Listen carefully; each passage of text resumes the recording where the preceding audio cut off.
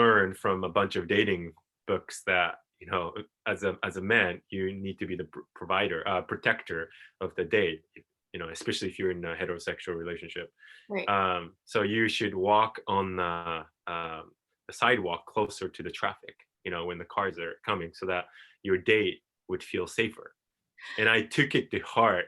I was like, okay, I'm gonna do that every time we walk on the street with my dates. You Yeah. know, I wouldn't do that normally That's, with other people.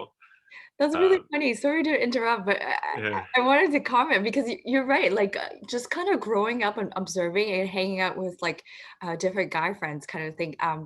Yeah, you're right. Some of them, like from an Asian culture, especially like Japanese or Korean or even Taiwanese, I noticed they tend to be very mindful of that. Like, because mhm, you don't want to stand inside and then the woman is standing outside to the street, then you're exposed to the traffic, right? Which means the mhm, danger could be coming, right? So they mhm. try to position themselves so they're standing outside to the right side of the woman, or if you know if the street is on the right side, so that if there was a traffic, I don't know, something, a car came crashing through or some danger came through, it would hit them first, right? So they're like a Yeah, shelter exactly. of a cushion, right? Sorry, yeah, Yeah. keep going.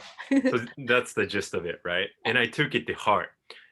So I think it's a nice gesture to do to anybody, Yeah. but you know, I just decided to do it with the women I was dating, and she was no exception.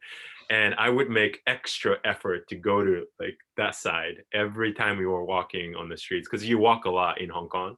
Yeah. And at one point, she was like, "Hey, can I ask why you like make such an extra effort to do that for me? Like I appreciate it, but I'm curious because it looks unnatural sometimes. And also like sometimes like, you know, the Awkward. sidewalks are like spacious enough Yeah. that, you know, it doesn't really matter if you You're like, which get way out of you the way. yeah. But I was like, Yeah. oh no, closer to the traffic, you know, that's what I got to stick to. But anyway, like she asked me, you know, that kind of questions, and that's really got me thinking, like, yeah, why do I do that? Yeah, I read about that in the books, but why? Right. And you know, that was kind of like the beginning of my journey into really questioning the gender norms. Mhm. And you know, we eventually got engaged and you know, talked about what we were going to do with our last name. And in the Japanese culture, it's very, very, very common. I think probably Canada and US as well, for the wife to take the husband's name after marriage. Right? I think it's all over the world. That's the common practice. Yeah. So I had never thought about me changing my name, right? So, but Like my never, wife ever. never, yeah, ever. But my fiance at the time told me like, "Hey, I really like my name, so I'm not gonna just take your name. I'm gonna keep my name because it's my identity." So I was like, "Wow, I had never thought about that before." How But I did was you open feel? about it. I was open about it because You were I open up. knew, you know, we Were you had surprised a little bit or no, not at the time because yeah, we had been dating for about 2 years then, so I knew enough about her. So I wouldn't have expected anything less. So I was like, okay, I knew that was coming, and that's fine. So should we just keep our names, or what should we do? And what ended up happening was we decided that we want kids in the future. So hey, we want our kids to have the same last name. So why not combine our last names? So my name was Matsuo, her name was Post. So we decided to combine them as Matsuo Post without a hyphen. So that's what we did. And since she's American and we had our wedding in the U.S., so we changed our name in the U.S. first, which was very simple and easy. And we were actually moving to Japan right after a wedding or honeymoon. And that was my first time in 5 years to live in Tokyo, to Japan, my home country. So to be honest, I didn't know too much about the logistics of changing one's name in Japan. It's quite complicated, and which I talk about in my book as well. And I tried to do the same thing. Hey, I changed my name to Matsuo Post when I got married to my wife. Can I do the same thing in Japan? And I quickly realized that I couldn't, because Japan doesn't allow married couples to combine their last names or have separate names by law, which so is it's a big, either It's black and white. This, Black and white. Yeah. So yeah. you have to either, take the husband's name or wife's name. And 96% of the time, it's the wife who ends up taking the husband's name, which is, pretty traditional, right? So I was one of fewer men to go through this process to begin with, let alone a Japanese man marrying a foreign national woman. So and trying to like change my name, and I had to go to the family court to plead my case to get approval from the court that my what I was trying to do was valid, which to me it's pretty ridiculous because last name is like someone's identity. Like I believe you can do whatever you want with your last name, um, right? But Yeah. anyway, it took me such a long time to change my name, and that's when it really hit me. Like, wow, like because I'm a man, I never thought about um, how difficult or how time consuming and soul sucking to change your name. And I just realized that it wasn't right to expect one gender, women in this case, to expect to go through this process only because they're women. And that was like my aha moment. Like, oh my gosh, what else is there in our everyday life? As a man, I never had to think about this kind of stuff. And I'm sure there are so many men who don't think about this kind of stuff, right? But once you do, you 100%. just see all the time. I think it's called a Bader-Meinhof phenomenon. Once you like Can you buy explain a, that? Yeah. yeah, like for example, if you buy a certain car, you see that car everywhere all the time, Yeah. right? Yeah. Yeah. That happened to me. Like, oh my gosh, I experienced this gender inequality in my once in a lifetime activity, like changing your name, and I saw it everywhere, everything in everyday life, and It I just was kind like, of stuck out, right? yeah, Yeah. why didn't I see this before? So I started to document what I noticed about the gender bias in our life and in the Japanese culture especially, but I Yeah. think a lot of it relates to all of rest of the world too. So that's why I wanted to write this in English so that other men who were kind of like me, who have no idea or who had no idea about the male privilege or the gender bias that we go through or uh, women go through in our everyday life to kind of see a different perspective. So that's why I wrote this book. No, Yeah. that's amazing. And I was reading your book and I came across this point where I really liked what you said. You said when because you talked about, growing up in Japan, right? And going to the States and you talked about how back home we tend to when we're growing up, we hang out with our carbon copies of Hmm. ourselves, right? Hmm. So and then it isn't because that until we travel or move to another country, namely like Western countries, right? That's when we start to realize that, oh, this is so different, right? The Hmm. gender inequalities, these things are different. And in fact, like for example in Canada, like just being non-Caucasian, you're identified as a visible minority, right? And we talk about these like racialized groups and BIPOCs, right? But back home, like and, I'm originally from Taiwan, and, like there's no BIPOC or visible minority. I'm just me, right? Kind of thing. And that's kind of what you were, right? And Hmm. I thought it was really interesting that we have to create these identities, namely I think these identities were created for, like BIPOC was created for non BIPOC countries, right? So for example, Black, Indigenous, person of color, right? And then we self-identify. But you talk about this very important things which you were mentioning. When you went back home, you realized the struggle of changing your last name, right? Hmm. On, right? And you mentioned something about becoming a minority in your home country. So I don't know, yeah, how like it was like a struggle kind of thing. So maybe if you want to share a little bit on that.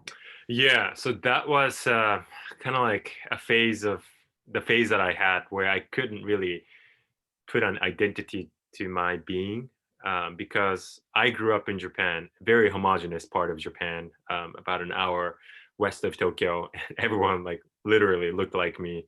I would say it was pretty traditional. Yeah. So, But ever since I got to go to the US with my dad's job when I was young, I got to see the US. So that's why I really wanted to go to the US when I was 15.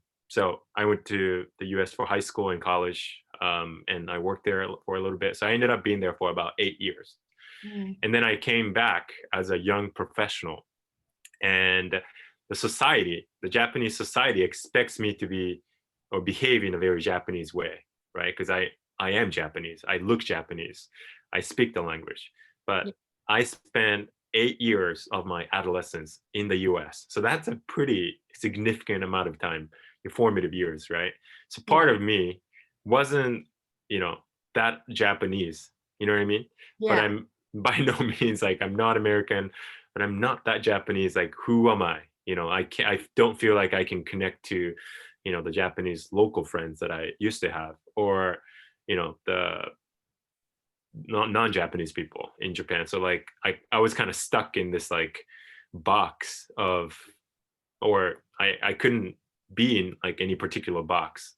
So It I wasn't a box for it, really. Yeah, Yeah. yeah. I really felt like I was lost in terms of my identity. And especially when you're young, you go through that, right? Oh, Like, yeah. who am I? Like, you kind of try out things and Yeah, all that what stuff. do you call this? You're like in this limbo state, constant Yeah, caution, yeah, and not one is not too sure, but you try to fulfill what the societal norms and gender roles that they tell you to play out, right? Kind of thing. And you're yeah, like, "Ah." Yeah, exactly. yeah, Yeah. So for me, that was the phase when I was most unsure about my identity. And my decision was to leave Japan again. I was like, I think it's easier to be a foreigner again because I'm struggling in my home country already. So luckily, I got the opportunity to move to Hong Kong, yeah, and I did. And I ended up being there for 5 years, which yeah. was one of the best decisions I made in my life. It was a great experience kind of thing. So, Yeah, uh, it was fun, and I got to travel to Taiwan many times from Hong Kong. It's pretty close. oh yeah, and there was Ex- like an hour or 2 hours yeah, flight or something yeah, like that, right? and So, experience many different cultures around Hong Kong. I got to actually visit, but more importantly, just Hong Kong is such a diverse city, and the culture is super diverse. So I felt like I fit in even as a foreigner. yeah. Yeah. Yeah, I agree. I think Hong Kong is pretty diverse in that way too as well. Like I think Taiwan, um I find that it's pretty diverse. They're very accepting to foreigners as well. There's actually a lot of expats and whatnot living there at the time. And but definitely I notice, in Asian culture, like Taiwan, gender roles also plays a huge a role, right? Kind of thing. Men are taught to be acting a certain way and kind Hmm. of that kind of thing. So um yeah, and so I wanted to there was, I was reading your book, and I you were talking about this section about the film それでも僕はやってない and Right. I thought that was like very interesting. So what I just said, sorry to, the audience, I just didn't do it. それでも僕はやってない Mm, and I haven't had the opportunity to watch the film myself, but I really like that portrayal of kind of what happened leading to that, mhm, because mhm, I actually have an experience to share myself, but it's not you. But for me, I actually went to Japan, and I remember as a teenager, I was in Kagoshima, mhm. Kyushu, right? Because that's a yeah, is it southern? Southern, yeah. Yeah, southern side of yeah. So my cousin was there, and I remember I was like really excited. It was this really hot summer, and I rode the bus myself actually at the time, and I actually had an encounter, and I didn't recognize it as such because me growing up in like in Canada kind of thing, I pretty much grew up here. Um, like I didn't see it because I was just so excited. I had my hand, it was a bus, right? On the railing, and I was looking out, wow, like enjoying the scenery. Everything was amazing, new to me. And then there was this guy that came over, and this is not to disrespect or, like say that everyone's like that, but it was an encounter. He came over here, and I didn't recognize him, and I didn't pay attention to it because I was so engaged in what was going on. I was so excited. Mhm, And then he got really close and he didn't touch me or anything, but he tried to go behind me to like hover behind me. And that's when, as a teenager, I was like, what? Suddenly I felt like this presence and I was like, that's that's weird, right? And then so I was like looking left and right. It's now he's got like one arm over the back of my shoulder, if you can imagine it. And I'm like this, looking this way and then looking that way, because I thought, oh, maybe I wasn't paying attention and somehow the bus became really crowded, right? So there Hmm. was a need to, shuffle, or maybe I should make space, right? Because that's kind of how my gender role was taught as a woman, an Asian woman. We're growing up, we have to make space, right, for other people, right? Hmm. Reduce yourself almost to help, create opportunities for other people, right? And so to speak. So I realized when I looked around, there was actually nobody there.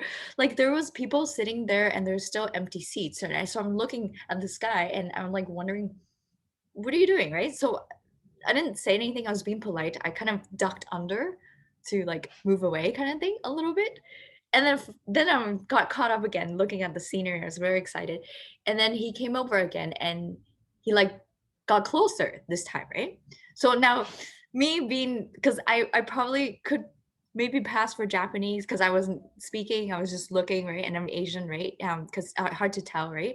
But they could probably tell I'm foreigner, like I'm not from the local area. I don't know if he's local, but I didn't get a good look at him. But I just got really angry because I grew up in Canada, so we're very vocal, direct. And I was Hmm. like, "What are you doing? Get your hands off me!" Right? So when I did that, like I was literally angry, yelling, and teenager going nuts on the bus, which is very unlike our Asian culture to do such a Hmm. thing, right, in public. But I did it, and I was like shocked. And he was really startled and shocked, and everybody else on the bus was like extremely startled and shocked. And I, yeah, and then I had to say something, right? Because and then of course he moved away, and everyone didn't do much at the time because I guess they didn't know what I was saying, but I was just, some foreign girl yelling at the time, right? Kind of thing. So, but those things happen not just there. I think it happens like other places in the globe, right? Like Hmm. contexts and environments, right? Kind of thing. So, but yeah, Yeah. that movie really, like, I think I really want to watch it. Yeah. Yeah. And thanks for sharing that story. And I'm so sorry that happened to you Yeah. in my home country as well. And No, I it's love like, Japan. I have family yeah, there, so, like, nothing I just, it triggered that memory back, and I was like, "You know what? Like, now I'm seeing both sides of the situation," which you can probably share and touch on. yeah. Yeah. And I don't know if it's like I'm fortunate or I'm so naive that I've never encountered myself or seen it in the trains that I've been on, but I hear that it happens all the time. And you see signs like groping is a crime. Like, yeah, Oh, like one too. duh, but it's Yeah, like, it's everywhere. yeah, As if people don't understand it. And when the movie came out, it yeah, was so it came out when I was in middle school, yeah, right? So basically, the premise of the story is not to give out too much of the movie. Is yeah, that in the PAX train there was this protagonist, the male protagonist, is in the rush, and then he's like squashed in this like really crowded train, which is pretty typical in Tokyo, yeah, and he was accused of groping. I think a student or something like that, and he was taken to the police station and all that stuff, and no one believes him. And um the stories about him, like the police come to his house and like investigate everything, and he feels like he continues to say like, no, I didn't do it, it wasn't me, it was someone else, but no one believes him because the women accused him, right? yeah, So what I took away from that when I was in the middle school is like, oh my gosh, this is so scary. Like as a boy, if you're accused, your life is over, yeah, and like kind of victimizing the men. But as I grew older, the problem isn't that, the men aren't the victims. It's the the culture that allows men to actually do groping, right? Especially in the crowded trains, or sometimes it's non-crowded bus. So that's what needs to be fixed. So women have to go many times it's women, some men and boys as well, but oftentimes they have to go through this every single day. yeah, And what needs fixing is the culture. That I yeah. Yeah, no, I think that's a very important point to talk about because and it's not to say when people see incidents like this, I don't think it doesn't represent the whole country. It's an Yeah. isolated case with individuals, and the fact that I mentioned this like when it was happening to me, people didn't do anything, right? Mhm. And I think that's the thing about culture, not just there, but all over the world where these situations, similar contexts or different contexts comes in, right? So it's like the culture, sometimes when you don't take an action, what you're doing is validating that it's okay. Let's Mhm. continue this. Let's Mhm. continue these gender roles, gender inequalities, right? And when you continue that, I feel like you're also breeding the next generation to continue this, right? So it's like so eh, deep in the foundation that it's sometimes hard to begin, or how it ends, how can you open it up, or should you even go there, kind of thing, right? So Mhm. yeah, so thank you for sharing that. Yeah. Yeah, for Yeah. sure. Oops. Yeah. Yeah. Yeah. um and yeah, I saw something in your book too. Is I really liked it. It was the deru kuki wa utareru. Mhm. A nail that sticks out gets hammered down. I love it. Tell me about that. Yeah, so I think that happens, especially in like Japan or maybe other Asian countries where conformity is really valued, like a collectiveness, like a collective culture kind of thing. So you always think about others first instead of like individuality culture. Like the US is a good example. Like it's more about the individuals, right? Like Yeah. you become independent. Before joining the groups, it's more important to be independent for yourself, kind of thing. So yeah, a nail that sticks out. So in the collective culture, such as Japan, when you stick out, you're different from everyone else. And the society or the culture tries to kind of hammer you down so that you won't stick out again. So that's kind of like the culture. You know, when you try to go against the norms, maybe it's gender, maybe it's the way the way you think or how you do things, there will be more resistance than just trying to go with the flow. And I um think yeah, sorry. that's everywhere, right? Yeah. Yeah. Yeah. Um, and it's very difficult. I found it growing up here. I found it so difficult to be different. You're mocked, you're um, bullied, you're criticized all the time, and oftentimes people just give up. Like I feel I'm different, but I don't feel like I can express myself authentically. I can be my true self because people are different. You don't have to fit into a certain mold if that's not who you are. I don't think it's right. Yeah. So yeah, I think cultivating a culture of diversity, people are different, and celebrating those differences is key to equality. Yeah. No, I really like what you said, and I think of like smaller examples on a daily basis. Maybe it's like you're trying to be different, right? Maybe you dyed your hair a certain color while growing up as a teenager, and Yeah. you might be made fun of at school or bullied, right? Or like people Hmm. that you hang out with is Yeah. the norm, the groups, kind of thing, and that's when you get made fun of, right? And that kind of exists everywhere, right? And I know like in Asia.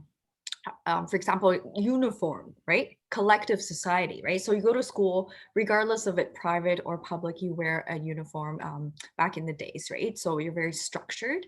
And then some people want to challenge that, but they do it subtly. They may get an ear piercing or something, or do something to the hair to have an expression of their individualism, right? And that gets shut down, right? Like you're not allowed, right? You get reprimanded, like you get in trouble, this, and then talk to your parents and stuff like so.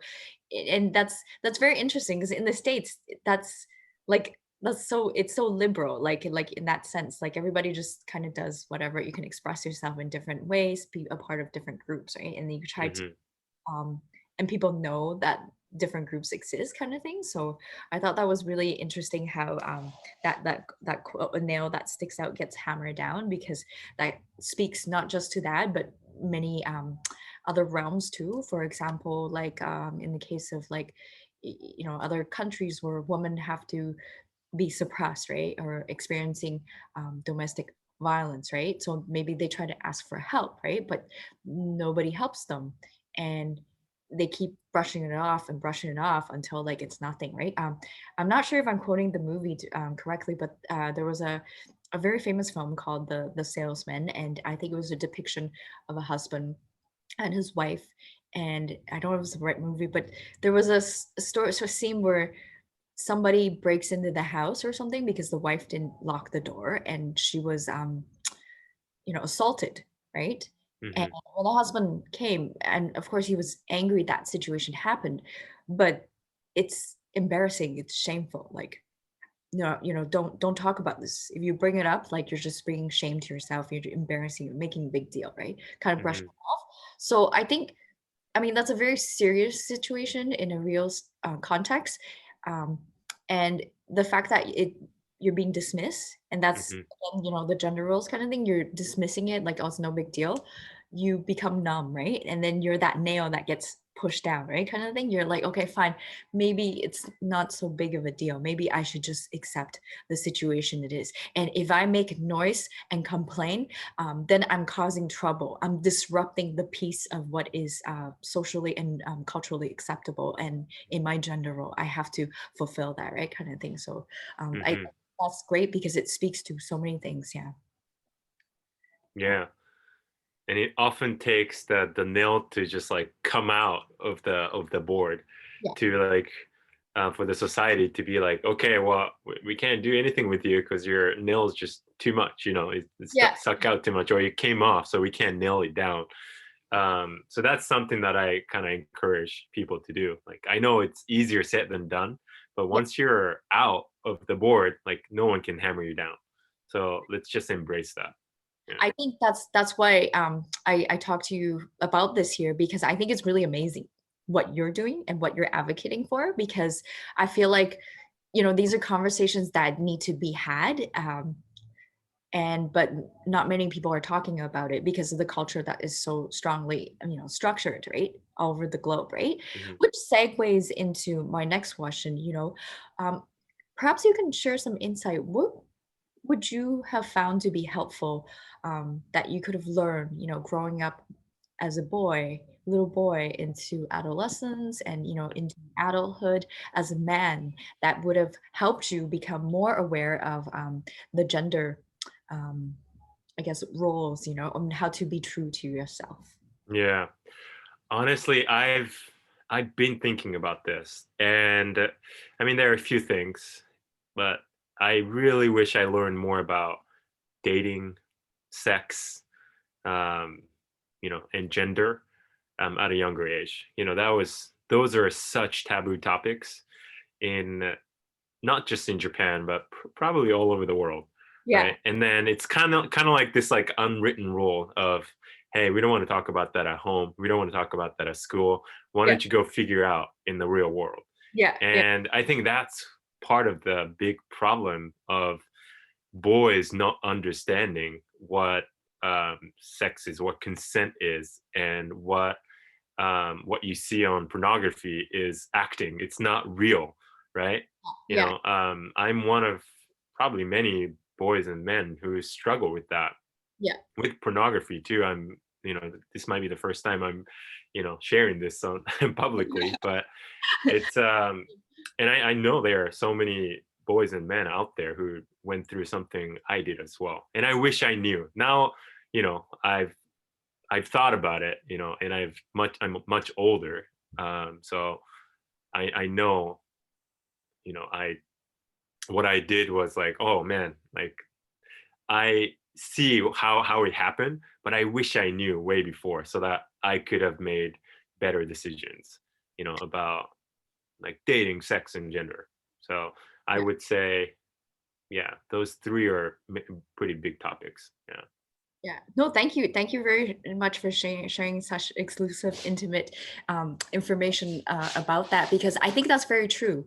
And I think and when we're growing up, we don't know what's going on. We know these things exist, but we don't know. And it's a taboo topic to talk about. Our parents don't really talk about it, right? And then you're not sure where to find that information, right? So then you're like kind of looking around, talking to friends, and then learning from different experiences and whatnot. And certainly pornography, I was reading about it. Someone was interviewed talking about like behind the scene. It's not a romantic situation at all. It's completely 100% acting, and there's nothing like what it projects to be kind of thing is completely opposite of what's really happening on set kind of thing, right? Mhm.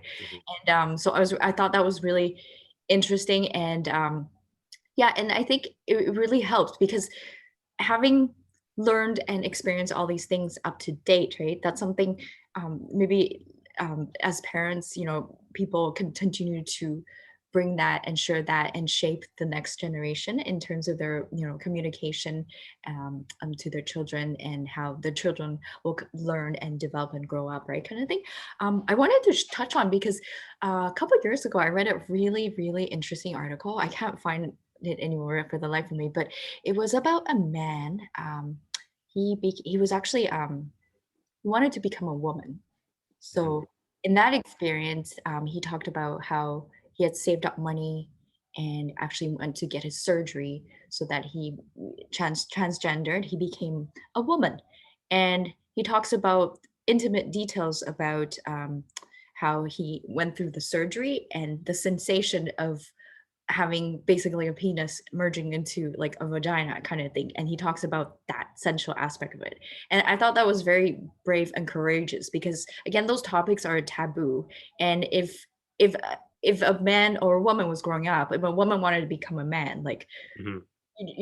hey mom and dad, I want to do that, right? Not everybody's going to be very supportive of that. And certainly it's not to debate like what's right or wrong kind of thing, but it's just, it's there's so many questions that could have been answered or discussed kind of thing, but nobody knows or how to talk about it or how to go about it, right? So Mhm. yeah. Yeah. So that was a very interesting so this kind of segues into the next question. My question is, how do you think men should not be afraid of other gender roles? Like I find that, people are often, well, I mean, as human beings, right? No matter if it's gender roles or just different situations or things, even food that we try, sometimes we haven't tried it before, like we're afraid, right? Mhm. Because of the unknown, right? Human beings, social creatures, and creatures of habit, we tend to gravitate towards things that are familiar, that are known, right? That are Mhm. somewhat safe, right? So how do you go about that? I mean, like in terms of a man not being afraid, because remember we were talking about how men, the typical stereotype is that, oh, men shouldn't cry, men shouldn't complain about this, right? Men should walk on the outside to shelter women, for example, right? From Mhm. danger that Yeah. coming in, right? Kind of thing. And yeah, and then kind of, because I bring this up because remember we were talking about different cultures. Some cultures the men are really dominant and then the women are really suppressed, right? They have no voice whatsoever, kind of thing. So Mhm. how do we Yeah. be afraid to talk about that in terms of a man in regard Yeah. to other gender roles? But for me, I used to think gender was binary. Like I think many people still believe that. Like there's men, like masculinity and femininity, and there's like not much in between. Yeah, But it's not binary. There's like all kinds of great, like everything in between. So yeah, say like the most masculine qualities, like stereotypically masculine qualities, like never cry, don't show emotions, be stoic, be dominant, controlling, and all those things.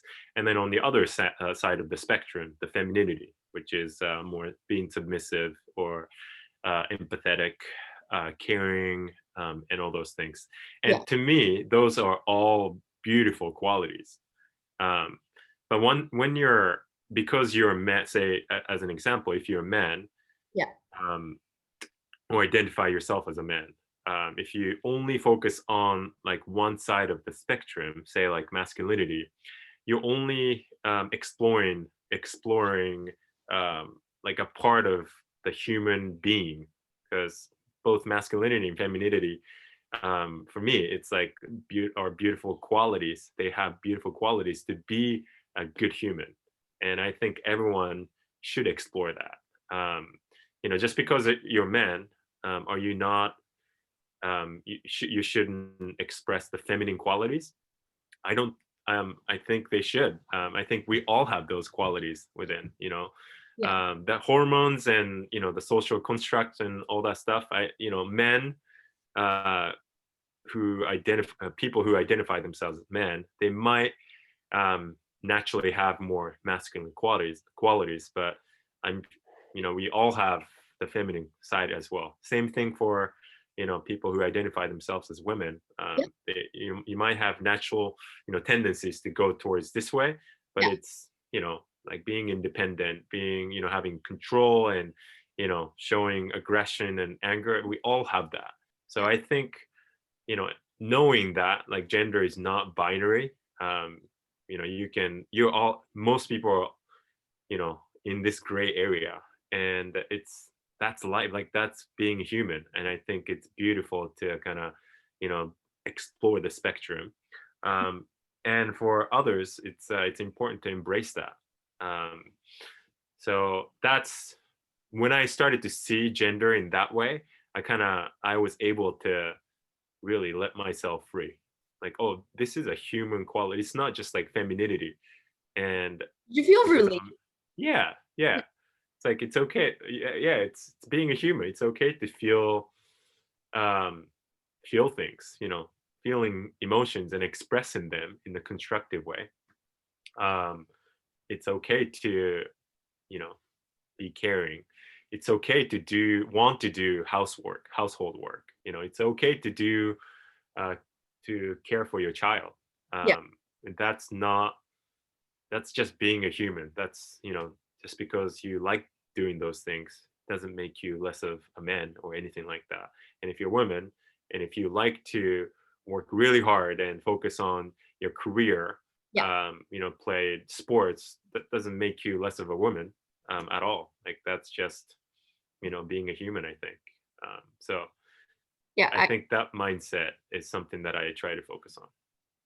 No, I really love what you said. Kind of just going back a little bit, like we talk about how we're all in this gray area because that's 100% true. Because I don't know if you heard the Kinsey report, but they did this study. Like nobody's like 100% heterosexual or whichever way, and everybody's like you could probably be like 99 point something percent, but there's that little 0 point something percent of something else, right? So nobody's 100% this or that, and that's just being human, and I think it's really interesting you talk about the roles, like men, you talk about being stoic, to hold your tears back, don't show your emotions, be there. At the same time, women are expected in certain stereotypes, to cry, and if we get emotional, we're told that, oh, you're being dramatic or you're being paranoid, right? Kind of thing, right? But if it's a guy, if they are overly feminine, right? Maybe their friends might say like, "Oh, you're being such a woman. You're acting like a woman," right?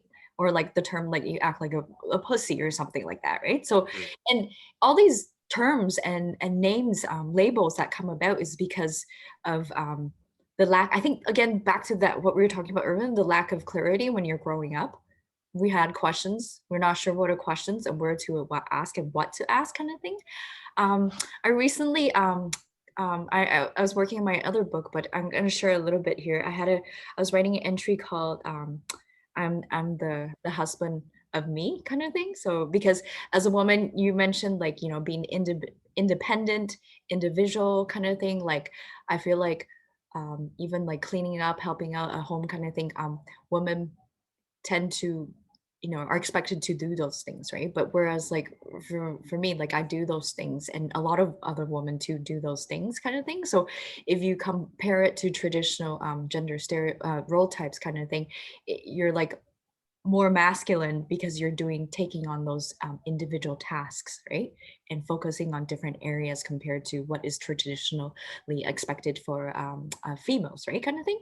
So and at the same time, I chatted with my guy friend, and he said that, yeah, well, then I'm the wife of me because I do all these things for myself, right? Which is very true, right? Because yeah, because I have to. He says, as humans, we just have to, and there's this huge expectation where I think maybe both genders coming depending on which angle you come at, right? Like for a woman to cook and clean and then to have to work and and then bring a proper home to make a home, right? But equally can be said there are many successful famous people out there and normal people every day that men take on those roles.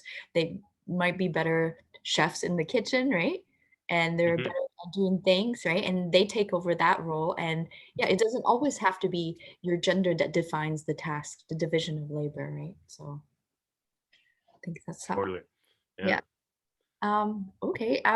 So I think overall, like, what would you, you know, how do you what's the takeaway for gender equality for both men and women in this 2021? I mean, since 2017, um, the that whole Me Too movement, I think it's like day and night shift kind of thing, right? And then just in recent times, um, Black Lives Matter, anti-Asian racism, anti-racism, BIPOC, all these things happened. Like I just felt like it's like a rapid change. I mean, Hmm. change was needed for probably a long, long time and continues to be so, but it all came to light in a short span of time frame, right? Kind of thing. And it got loud, and people are talking about it. So what are some takeaways for gender equality for both men and women? Yeah. I think, especially in 2020, Yeah. yeah, I mean, the US Black Lives Matter movement became so global, right? I think by now everyone knows what they were, how it happened, and a lot of people were educated, and like myself included. That gave me an opportunity to like really study more about the history of blacks in the US and like slavery and all that stuff. And I've read this book called How to Be an Anti-Racist. There's actually a children's book that I Yeah. bought it, and it says you can only be anti-racist or racist. There's no neutrality, and I think it's same thing for sexism.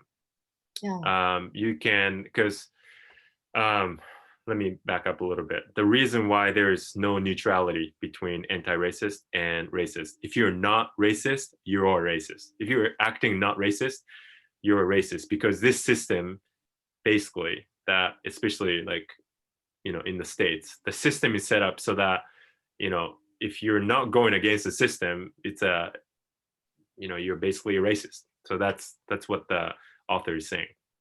And I Um, think it's same thing for sexism. Um, we live in the patriarchy. If you take a look at the global gender index, there is no country who's achieved equal like gender equality, right? Like even Iceland, who's number one, I think it's still women are a little bit below men in terms of like a political, social, financial, economical yeah. aspects, and all over the world too. We live in a patriarchy system. So if you're just following the system, I think we're just conforming to the sexism system. So I think in 2021, what I'm going to focus on is obviously I'm going to continue with sharing my story as a man, so that I'm leveraging my privilege to kind of educate.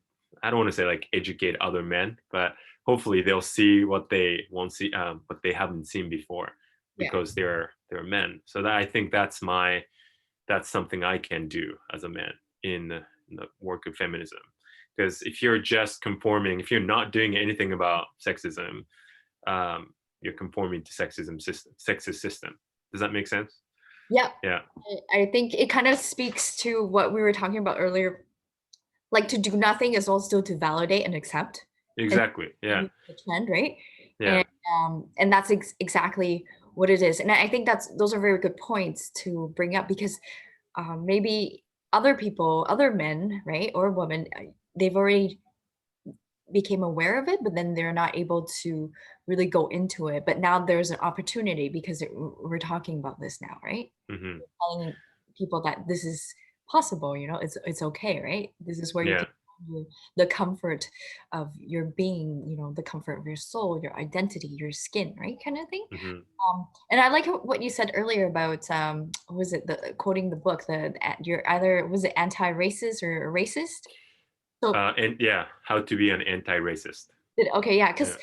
for me, I what I'm hearing right now is that it's kind of like to know love is to know hate, but you Mm. can just know one or the other, right? So and I'm not promoting or suggesting people to test to be a racist or something like that, but I'm just saying that because you're a racist, you know what's anti-racist, right? Because you're anti-racist, you know what is a racist. Hmm. I think that's how I was interpreting it. Yeah, and you mentioned something about the important issue of how the gender inequality exists everywhere in the world. Right? It's not just your gender roles, your ethnicity, or whatever culture, but it talks about pay and stuff like that. And I think that's what Melinda Gates have continuously been trying to address those gaps and bring women up, to the role. Yeah. Like that. That's another great book. I love that book. Yeah, Yeah. those great, right? Yeah, we got these excellent people around the globe, and yourself is one of them advocating for these things, right? So, I guess my last question is: would you consider yourself a feminist? Oh yeah, absolutely. 100%. Yeah. Yeah, And I want to add, so those, if there's like a male listener, yeah, they might be thinking like, why is this guy doing this? Like, what about those men who are struggling because of today's world? There are more men committing suicides yeah, than women. How do you explain that? How can you say this system benefits men? Well, I think patriarchy is what creates those rigid gender norms, right? Men are supposed to be this way, women are supposed to be this way. yeah, And yes, the patriarchy is a system that favors men socially, politically, and economically. So if you look at like a pay gap, for doing the same work, men are consistently getting paid more. yeah. At work, more men are getting promoted. Obviously, if you look at the leadership positions, there are more men, right? Yeah. Yeah, so the This is system not benefits men. ethnicity too. Yeah, the intersectionality, that's another whole different conversation that we can't talk in 20 minutes.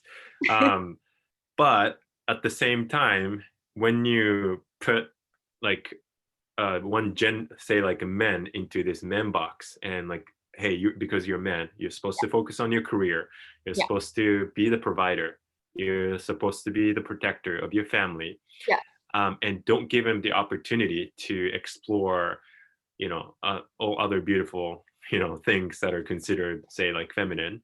yeah, That can be very exhausting and tiring as well. And I know that the reason that there are more men who are committing suicide than women all over the world is because men don't seek out help. I think there are more women who get depressed than men, but women tend to seek help early on, when they experience the mental. or reaching a better network of support because other Exactly. Yeah. someone might be more emphatic, like, oh, hey, empathetic to, sorry, what's going on and listening and having some sort of support. But whereas men, again, this goes back to what we were talking about growing up. Yeah. Okay, keep it in, don't talk about it, kind of. Yeah. It's a weakness, right, to seek help. If you're a man, you're supposed to be able to take care of yourself, Yeah, from every aspect of life. So we're kind of conditioned to not seek out help. And when you seek out help, you're like, oh, you're less of a man. I don't know. Maybe that's like a story, I know. or Giving yeah, examples so people can understand, yeah. right? But Yeah, generally, I think that's what the message is, right? yeah, So patriarchy obviously harms women directly, like much more, but indirectly too, it's harming men also. yeah, So feminism brings diversity and inclusion, meaning, it doesn't matter who you are, like how you associate yourself as, how you identify self as. You look at individuals as people, as humans, right? Yeah. Whether they express the traditional masculine qualities or feminine qualities or anywhere in between. Yeah. So, I think it really frees men as well. It obviously empowers women, but it also frees men. So that's why I'm in this work. I want to do this for everyone. I think it's beneficial for everyone, whatever you associate or you identify yourself as. And I think that's beautiful and handsome work. There you go with the language. It's often beautiful. This is beautiful, right? We never say, "Oh, that's so handsome. What a handsome job." um, but and that's the thing. I think society, gender issue is one aspect, racial issues one aspect. We tend to find things, and when it comes out, there's a tendency for potential to overcorrect kind of thing, which is okay because it hasn't been addressed, right? So we want to do a lot. Everybody wants to help, and then you come the balance of what you've been talking about, which I find is a form of a dance of a yin and the yang, right? Mm. So having this feminism injected into being a masculine man, right? That finds that balance between the yin and yang and create that harmony, right? And these things take time to plant the seed and then kind of nurture and for it to come out, kind of thing, right? So there was a great film. I can't remember the name again, but it was about this dad, right?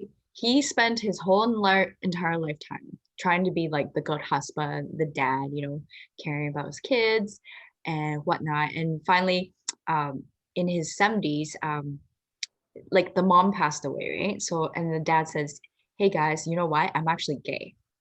So then he went out and really started to enjoy his real identity, which he hid because he felt like under the societal norms, he couldn't come out to say that he was gay. He had to do all those things, provide, take care, be the dad, be the man.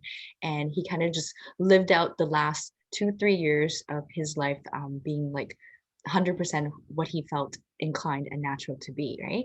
And then yeah, and then the kids of course were shocked because dad was this traditional gender role like all these years, right? And this is what mom knew, and we knew mom and you as such, everybody knew you as such, and now you're just this other identity, right, kind of thing. So there were the movie was very intimate because they talk about the struggles of acceptance, in that identity. But for that particular character, the dad, it happened to him in his 70s, right? So people, and I'm not just talking about being gay or heterosexual and whatnot kind of thing, but some people may go through a long lifetime not realizing or coming to awareness or having the opportunity or having the courage or to be able to have that awareness or be able to come out and just say, "Hey, this is how I feel. I'm comfortable right here," kind of things. Hmm. Yeah. So yeah, so Yeah. that was another great film. So yeah.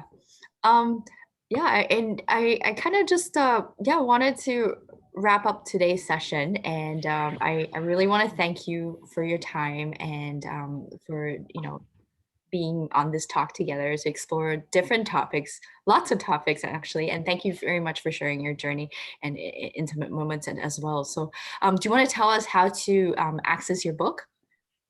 Yeah, sure. Yeah. First of all, thank you for inviting me to have this conversation with you and sharing your platform to share my message as well. I really appreciate it.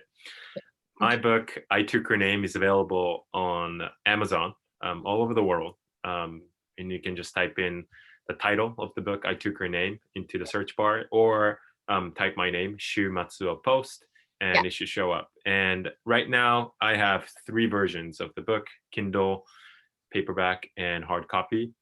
And I'm excited to announce that my audiobook is coming out next month, March 8th, which is the International Women's Day. So that if you are not a big reader, you can listen to my audiobook as well.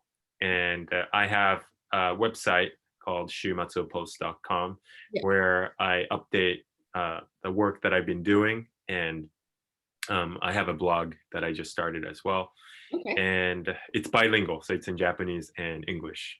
Um, and My Instagram account, I'm pretty active compared to other social media handles that I have.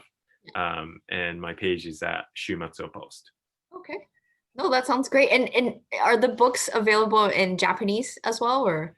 Not yet. So that's Not yet. something I'm working on. So yeah, I've gotten a lot of requests from the Japanese readers that Yeah, because they it'd be want it amazing. in Japanese. Yeah.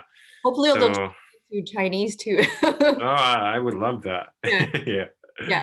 No, that's That'd be cool. That's great. So I guess we're gonna look forward to. So maybe if you can share the links and I can kind of share it with the audience and stuff, and that'd be Mhm. great. And yeah, it has been a great pleasure to speak with you, Shu. And thank you very much for your time. And uh, I look forward to connecting with you another time. Maybe we'll talk about other things. Yeah, likewise, Trey. Thank you so much. Okay, take care. Okay, thank you. Bye. Bye for now. Bye.